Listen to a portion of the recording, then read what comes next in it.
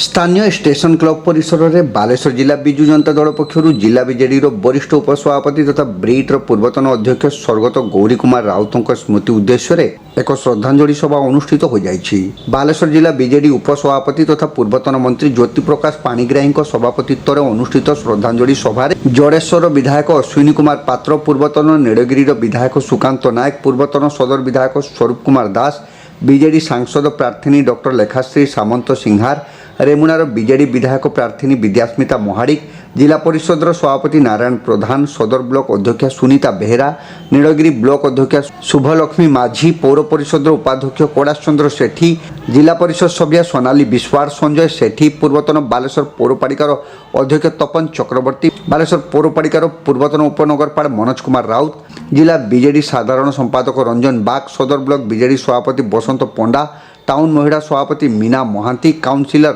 शेख आयुब, बिजु युव जनता दल राज्य साधारण संपादक धीरेन नायक, तापस पाणिग्राही, बिजु छात्र जनता दल राज्य संपादक विभुदत्त परिडा प्रमुख स्वर्गत राउत स्मृतिचारण करी देहांत बालेश्वर बिजु जनता दल पर एक अपूरणीय क्षति बोली कहिथिले। कार्यक्रम में बहु सरपंच, समिति सभ्य एवं पौरपालिकार काउंसिलर उपस्थित रही।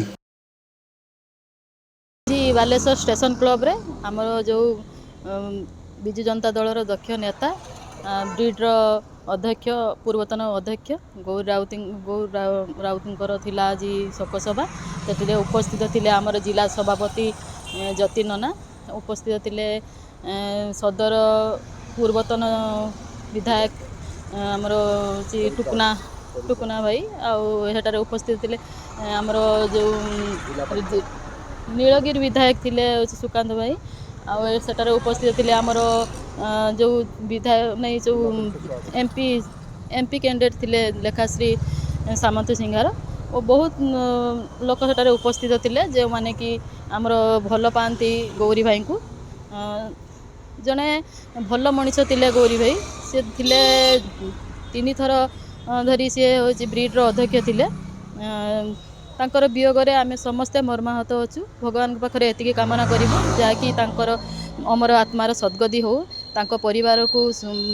ठाकुरे माने साहस और शक्ति जगांतु जेहेतु कि तांको मुंड उपर तांकर बापांकर हाथ चली जाइछि, तेणु भगवान पाखरे मोर एतिकी कामना रही।